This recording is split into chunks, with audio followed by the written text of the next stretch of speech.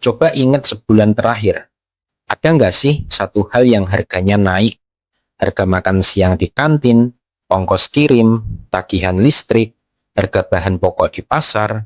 Kamu mungkin ngerasa itu wajar atau kebetulan, tapi ini bukan sebuah kebetulan. Semua itu punya satu benang merah, nilai tukar rupiah terhadap dolar Amerika yang lagi babak belur. Dan di video ini, kita bakal bedah tuntas kenapa itu terjadi, apa dampaknya ke dompet kamu, dan yang paling penting adalah apa yang bisa kamu lakuin sekarang.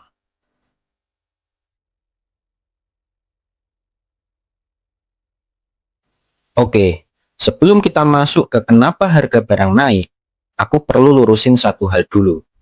Banyak orang yang bilang, aku kan nggak beli dari Amerika, kenapa hidupku kena dampaknya?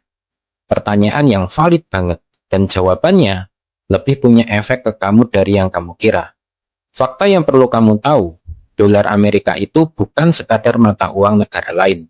Dolar adalah bahasa perdagangan dunia. Lebih dari 80% transaksi perdagangan antar negara di seluruh dunia itu menggunakan dolar, bukan euro, bukan yen, bukan rupiah. Dalam konteks sejarah, sistem ini lahir dari perjanjian Bretton Woods tahun 1944.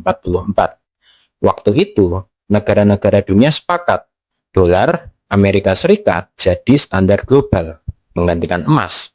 80 tahun kemudian, dominasi itu masih kuat, meski beberapa negara seperti Cina dan Rusia mulai mendorong dedolarisasi. Jadi, kalau Indonesia mau beli minyak dari Arab, bayarnya pakai dolar. Beli gandum dari Amerika, juga pakai dolar. Chip dari Taiwan, itu juga dolar. Obat-obatan dari India, masih dolar. Hampir semua impor Indonesia transaksinya dalam dolar. Dan itu yang bikin kurs rupiah versus dolar jadi sangat-sangat penting. Terus, apa yang bikin rupiah melemah sekarang? Per Mei 2026, ada kombinasi faktor yang bertumpuk hampir bersamaan.